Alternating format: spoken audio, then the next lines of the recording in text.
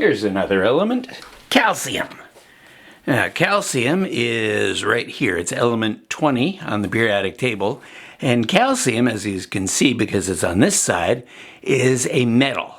By itself, it is a very reactive metal. It's reactive enough that I wouldn't want to try and have a piece of it in my element collection. So I settle for having it as part of a salt. Now this is calcium carbonate, one atom of calcium, and then an atom of carbon that's connected to 3 atoms of oxygen that has a -2 charge on it. Together they will form a crystal.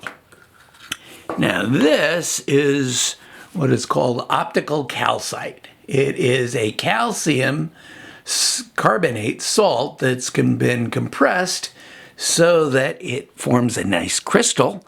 And it also, now you can't really see it very well with this crystal, but it will split light into 2 so that if you see something, look at something through this, you're going to see it looks like it's a double image. Now the physicists really enjoy that because it splits light in two different ways based on its what they call polarity. But I'll leave that for the physicists to explain.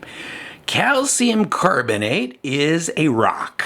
Now, usually calcium carbonate is found in a stone called limestone.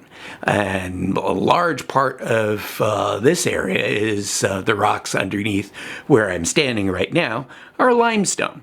Now, limestone, even though it doesn't dissolve in water, and when water drips through it, sometimes some of the calcium will dissolve, and then when the water evaporates, it turns back into a solid.